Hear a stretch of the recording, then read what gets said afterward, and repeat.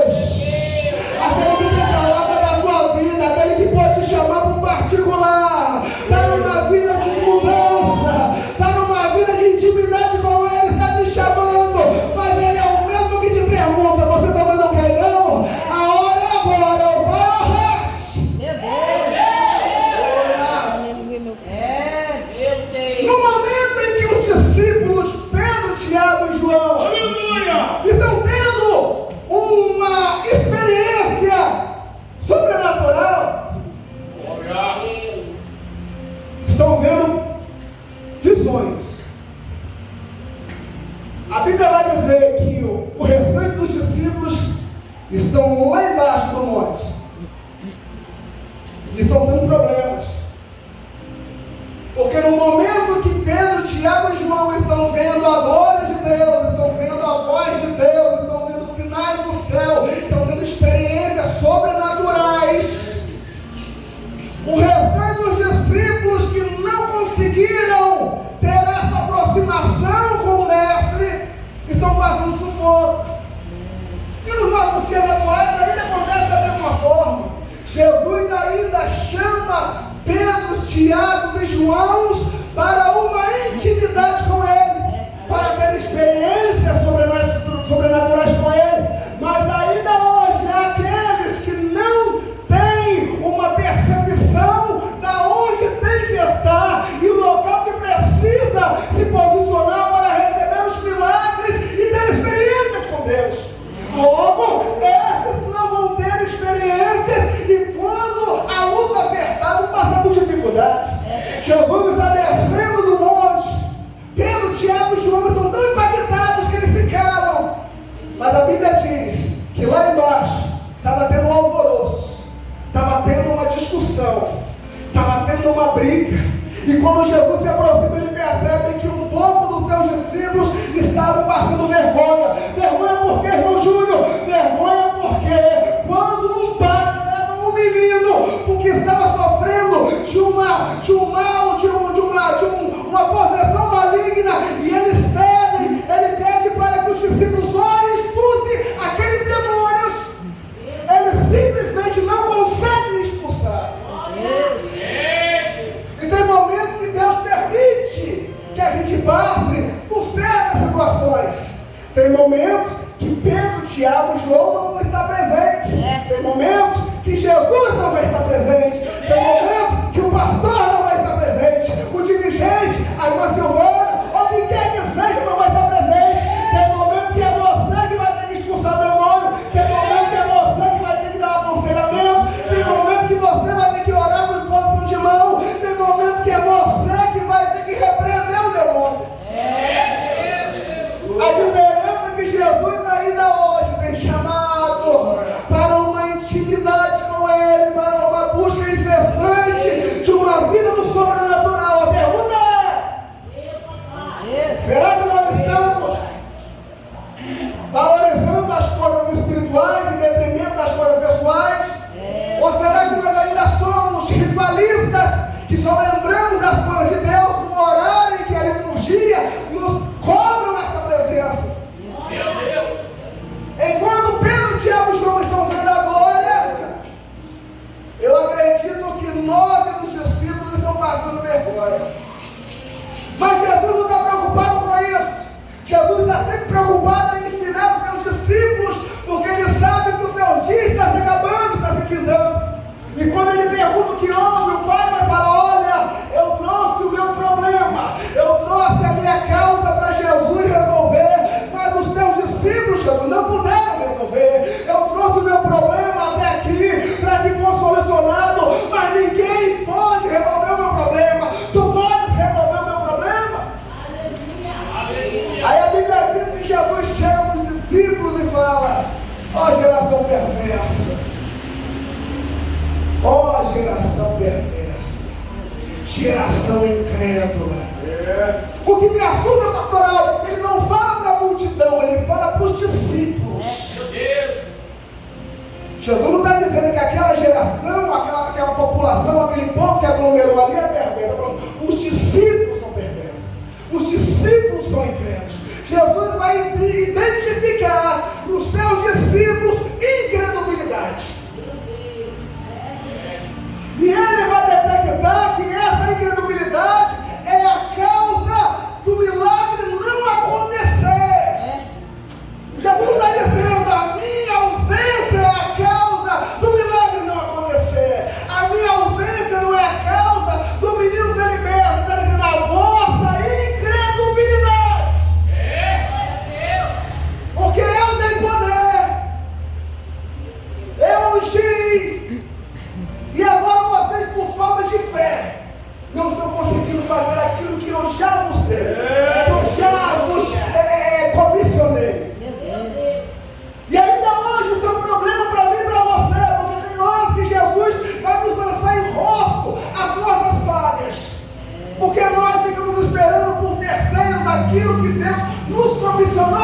fazer. Aquilo que Deus colocou na tua mão é para você fazer. Aquilo que Deus te interessou, Ele vai cobrar de você. Há um segundo problema que Jesus vai identificar. Ele vai interrogar o pai do menino e ele vai falar: olha, tu tens fé? Porque nada é impossível ao que crer. Havia dois problemas. Um problema é a minha falta de fé para realizar o milagre. E outra coisa é a falta de fé daquele que quer o milagre. Eu não sei qual lado da moeda você está. Se você é aquele que não tem fé para receber o milagre, ou de repente você não tem fé para realizar o milagre. Eu só sei que isso é um impedimento. E ainda nos nossos dias, Jesus tem nos cobrado. Eu acho lindo que o homem, pastor Aldo, ele vai ter a humanidade, a simplicidade de falar: eu tenho fé sim, mas ajuda na minha incredulidade. Eu tenho fé, mas é pequena. Eu tenho fé, mas é inconstante. Eu tenho fé, mas eu vislumbro, eu esqueço, eu perco a fé rápido. Enquanto os discípulos tinham a oportunidade de falar a mesma coisa, partindo de fora a necessidade de aumentar a fé, sendo que Jesus também tinha visto falta de fé dos de dentro. Aí eu já aprendo com o Pai que tem hora que a gente tem que recorrer a Jesus e falar a forma que eu estou, a minha necessidade. Senhor, eu te sirvo, mas eu não estou do jeito que eu deveria estar. Senhor, eu estou na tua casa, eu sou teu servo, mas eu preciso de mais fé. A minha fé está se esgotando, a minha fé está indo embora. E Jesus nessa noite, Ele está querendo aumentar a nossa fé. Jesus, Ele quer te dar fé. A fé é um dom. Aleluia! Tiago vai dizer: se tem falta de fé, pedir a Deus, Ele dá de jogar em rosto.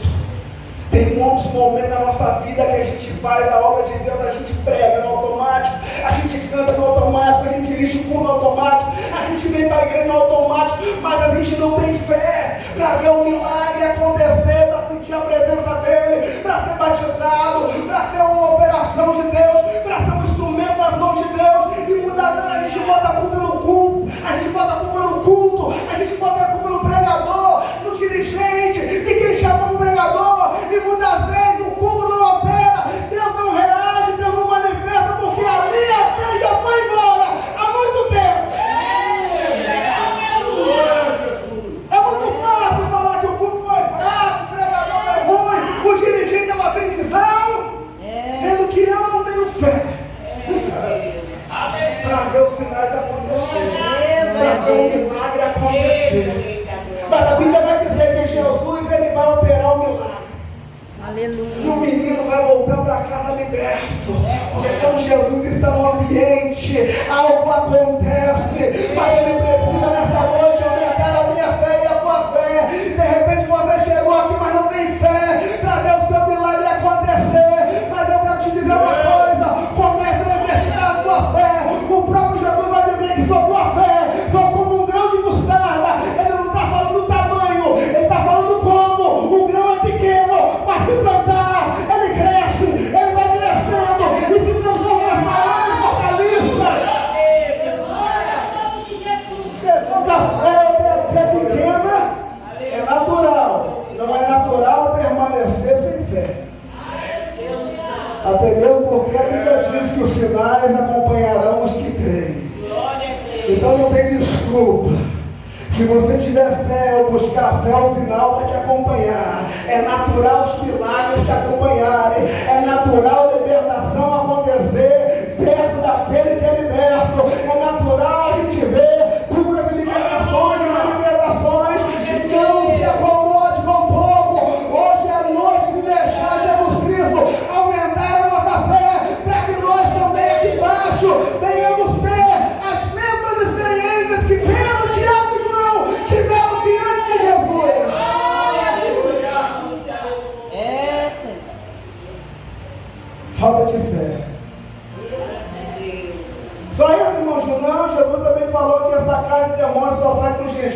coração. Aí não basta fé. Aí tem que jejuar. Aleluia, meu Tem que Pai. orar. Tem que se posicionar.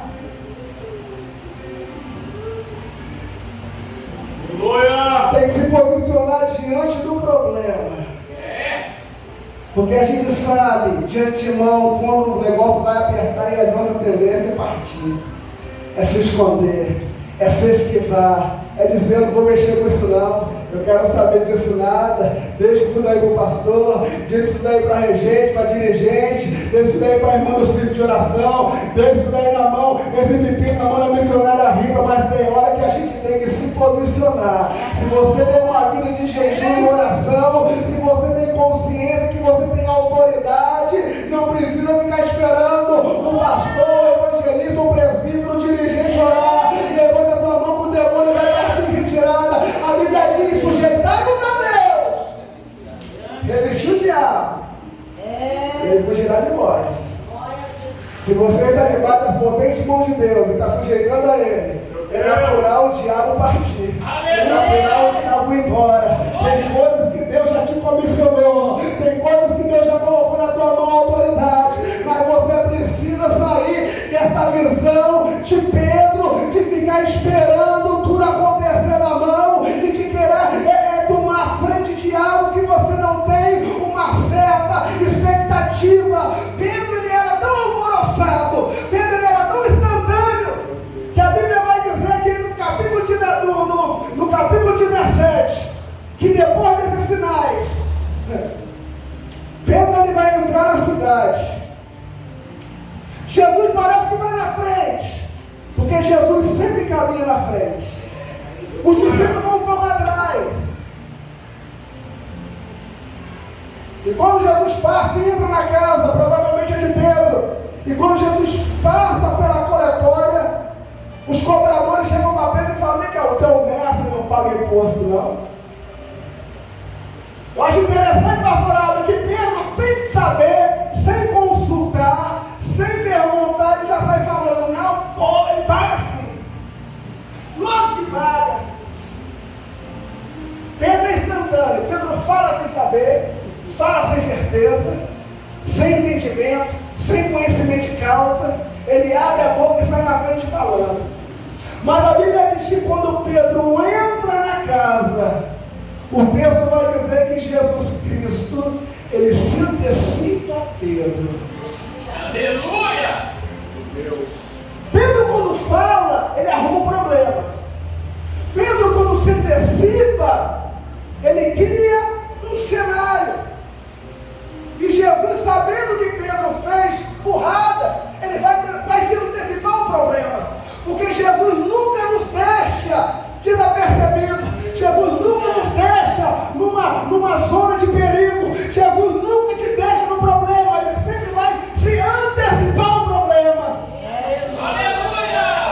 Quem lembra sabe, a Bíblia vai dizer que os discípulos vão ao mar e eles passam a noite pescando e nada pescam. Uma coisa é pescar e outra coisa é pegar alguma coisa. Tem muita gente pescando, mas descobre na última hora que não pegou nada. Mas eu acho lindo que na beira da praia, Jesus está lá não para envergonhar, Jesus está lá não para zombar, mas ele se antecipa, ele está com um peixe assado, ele está com pedra no fogo, e ele pergunta: conhece de alguma coisa? Aleluia! Jesus sempre se antecipa as nossas falhas. Glória a Deus! Jesus sempre se antecipa. Às vezes você veio aqui hoje com um problema e ele está disposto a mudar a tua história, porque ele já te antecipou, ele já está na frente. Isso se chama presciência. É um atributo da divindade. O grego é prognossia, ferramentas futuras de trabalho da divindade. É quando Deus já está no céu amanhã. Você está aqui hoje é domingo. Ele já está na sua quinta-feira resolvendo um problema para você. Aleluia! Você está aqui desesperada, ele já está lá na tua faculdade, resolvendo o teu problema. Você está aqui preocupado com as contas, ele já está lá no dia 5,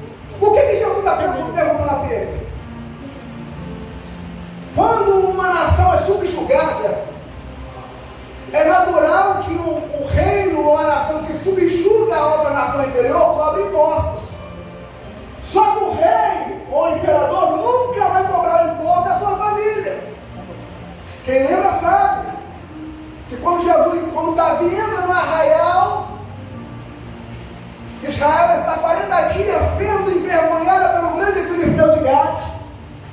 E ele ouve um murmúrio: olha, quem venceu o gigante, o rei vai dar sua filha. Quem venceu o gigante, a família não vai pagar imposto. Então havia uma causa paga pelo Davi quando ele venceu Golias. A partir daquele momento, a família do rei não pagaria mais imposto. Jesus está perguntando a Pedro: Pedro, quem é da família do rei paga imposto? Aí Pedro fala: não, Senhor. Parece que eu estou vendo algo. Jesus jogando lá atrás. Então por que você falou no Paulo? Então por que você falou por mim, Pedro? Se você não sabe, eu não sou o filho de Deus. Eu não sou o rei que veio salvar a humanidade. Se o rei, o filho do rei não paga imposto, por que você está falando por mim? Agora a pergunta é: por que, irmão Júnior? Por que Jesus fez essa pergunta? Porque Pedro, ele sempre foi instantâneo. E tem momentos, missionário Arriba, que Jesus, Deus, ele tem que trabalhar na minha vida antes de operar um milagre. Seria muito fácil Jesus resolver o problema de Pedro, mas não deixar Pedro da forma que ele estava. Quem lembra sabe que a gente voltar no capítulo anterior, no capítulo 16 de Mateus, a Bíblia vai dizer que Jesus está na região de Cesareia de Filipe, e ele vai perguntar aos seus discípulos: quem dizem os homens ser o filho do homem? E a Bíblia vai dizer que os seus discípulos falaram: olha, um diz ser Elias, outro João Batista, outro Jeremias, ou um dos profetas. Aí Jesus fica perguntando: mas vós, quem dizeis que sou? Aí Pedro, sempre Pedro, se levanta e diz: tu és o Cristo, o Filho do Deus vivo. Aí Jesus chega para Pedro e fala: bem-aventurado és tu, Simão Barjonas, porque quem te revelou não foi nem a carne nem o sangue, mas meu Pai que está no céu. Por isso eu te digo que tu és Pedro, tu és Petros, mas sobre esta pedra, sobre esta rocha edificarei a minha igreja, e as portas do inferno não prevalecerão sobre ela. Perceba que Pedro no momento é usado por Deus. Mateus 16, 18. Mas Pedro é alvoroçado, Pedro é instantâneo. Pedro ele não sabe quando Deus usa ele e quando ele dá lugar para o diabo. Meu Deus! Conhece gente assim? Uma hora ele é crente, uma hora ele grita glória, daqui a pouco ele grita gol. Uma hora Jesus Cristo é minha bandeira, outra hora ele levanta a bandeira do PT, do PSOL, do PL, não dá para entender. Conhece? Passa alguns versículos depois, Jesus fala: rapaz, eles estão afiados. Então deixa eu falar da minha morte. Convém que o Filho do Homem seja entregue na mão dos malfeitores, dos líderes da sinagoga, e apanhe e sofra até que ele morra e reduzido no terceiro dia. O mesmo Pedro, que no capítulo 16, 18, vai dizer: não, ou tu és o Cristo, foi usado por Deus. No versículo 21, no 22, ele vai dizer: Senhor, nunca isso há de acontecer. Aí a Bíblia diz que o próprio Jesus, que viu a ação do Espírito Santo de Deus na vida de Pedro, vai repreender agora a ação do diabo na vida de Pedro. Para trás de mim, Satanás, que não conhece as coisas que são Deus, somente as terrenas. Meu Deus! Então perceba que Jesus vai operar um milagre, mas ele precisa primeiro operar um milagre em mim. Não adianta eu sair daqui com a minha bênção na mão e sair daqui com as mesmas convicções erradas. Não adianta eu sair daqui louvando a Deus, oferecendo conversão de graça, porque Deus abriu uma grande porta, sendo que a minha vida ainda é uma pedra de tropeço. Então Jesus vai falar: olha, Pedro, já que você vai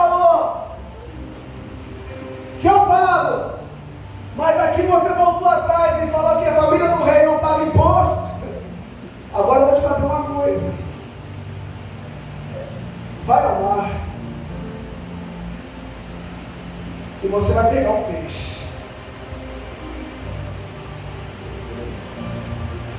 Quando a gente olha a história de Pedro, a Bíblia diz que Pedro ele foi chamado e ele estava trabalhando.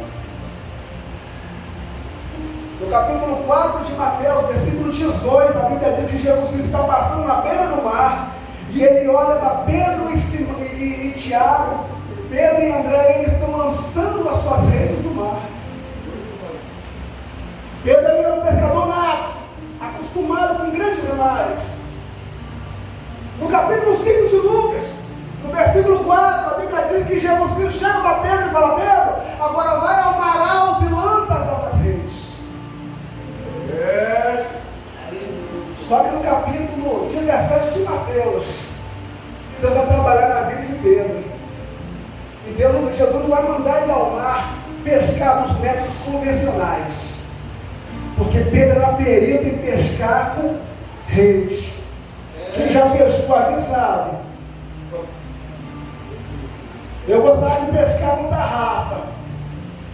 Não me chama para pescar com vara não, porque eu não tenho paciência para ficar esperando o peixe vir para isso.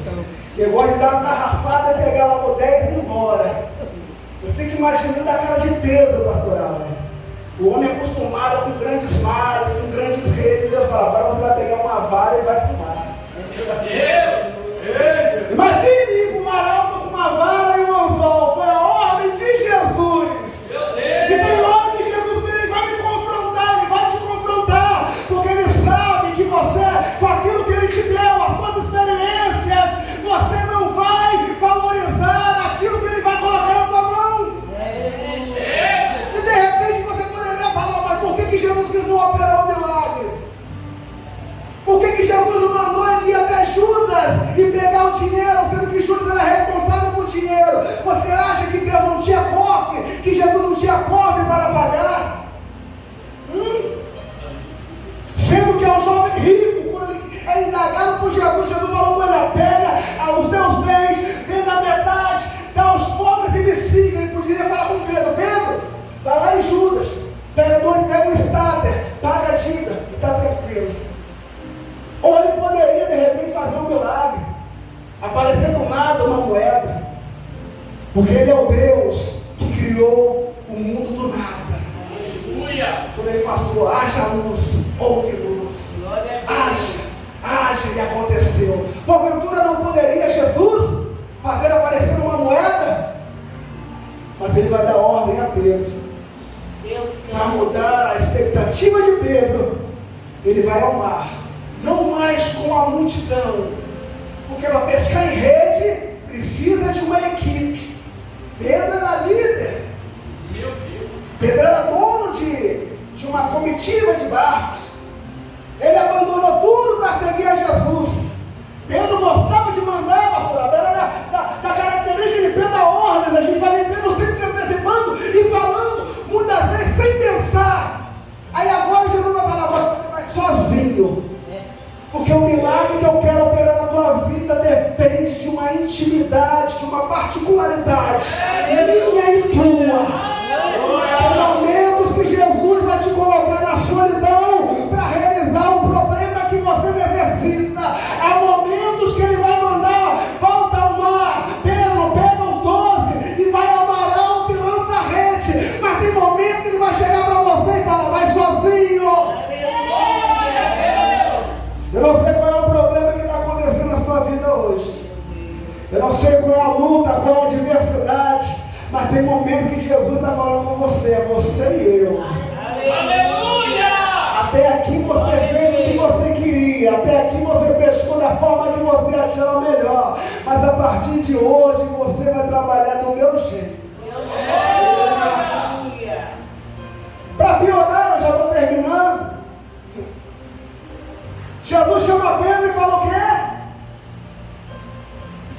Quem lembra? Segue-me. E vos farei pescador de... Agora Jesus chega para Pedro e fala: vai ao mar e pega um peixe. Parece que mudou. Parece que inverteu. Tem hora que Deus nos dá um choque de realidade, irmã Silvana. Tem hora que a gente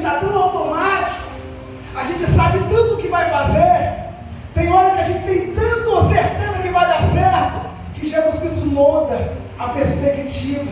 Parece que a gente está desviado, parece que acabou, parece que a gente está no beco sem saída, mas é Jesus mudando a perspectiva para voltar você no meio do mar. Aleluia! Hoje Jesus está voltando você para o início da tua jornada. Eu não conheço ninguém que é um grande pescador de rede que não começou com vara. Meu Deus!